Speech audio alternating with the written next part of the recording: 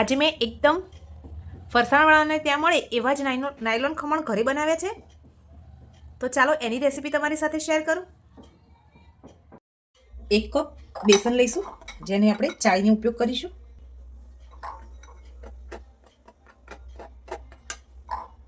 હવે એમાં આપણે સ્વાદ પ્રમાણે મીઠું ઉમેરીશું. 1 નાની ચમચી જેટલા લીંબુના ફૂલ ઉપયોગ કરીશું. તમે આની જગ્યાએ લીંબુનો રસ પણ ઉમેરી શકો છો. હવે આમાં 2 ચમચી જેટલી દળેલી ખાંડ ઉમેરીશું. હવે આમાં આપણે 2 ચમચી જેટલું તેલ ઉમેરીશું.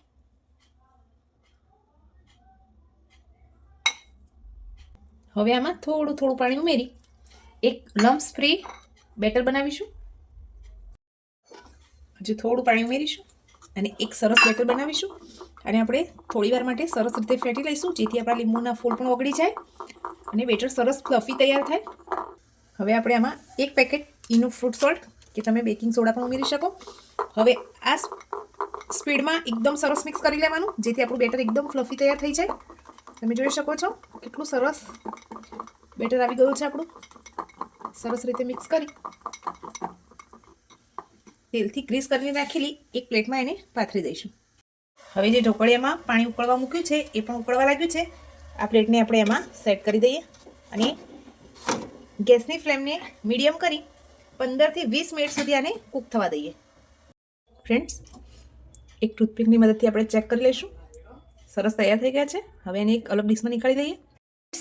તમે જોઈ શકો છો એકદમ સ્પોન્જી ખમણ બનીને તૈયાર થઈ ગયા છે. હવે એના પીસ કરી લઈએ.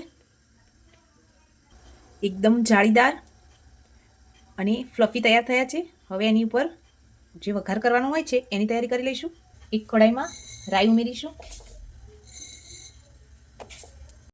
તેલ ઉમેરી દઈશું, મીઠા લીમડાના પાન, લીલા મરચાં ઉમેરી દઈશું, પાણી ઉમેરી દઈશું. પાણી ઉકળવા લાગે એટલે એમાં ખાંડ ઉમેરી દઈશું. વઘાર આપણો સરસ તૈયાર થઈ ગયો છે. હવે આપણે એને ખમણ ઉપર રેડી દઈશું. ફ્રેન્ડ્સ, આપણા નાયલોન ખમણ બનીને તૈયાર છે. તમને મારી આ રેસીપી કેવી લાગી એ મને કમેન્ટ કરવાનું ભૂલતા નહીં. લાઇક, શેર અને સબસ્ક્રાઈબ કરી દેજો. Thank you.